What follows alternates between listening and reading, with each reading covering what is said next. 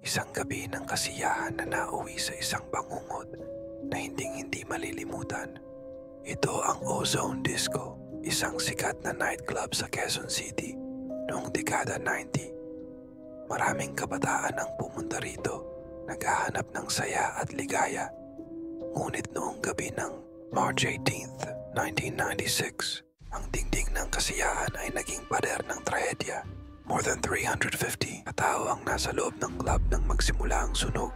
Nagpanik ang lahat, nagkakagulo, nagtatakbuhan. Ngunit ang makitid na exit na para lamang sa iilang tao ay naging bitag ng kamatayan. 162 ang nasawi, karamihan ay mga kabataan, mga pangarap na natupok ng apoy at mga alaala na natabunan ng abo. Hanggang ngayon, sinasabing may mga kaluluwang hindi pa rin matahimik. May mga nakakakita raw ng anino at nakakarinig ng mga tinig na tila humihingi ng tulong. Isang paalala, ang kasiyahan ay maaaring magbago sa isang iglap at ang mga pader ng Ozone Disco ay patuloy na nagbubulong ng kanilang kwento.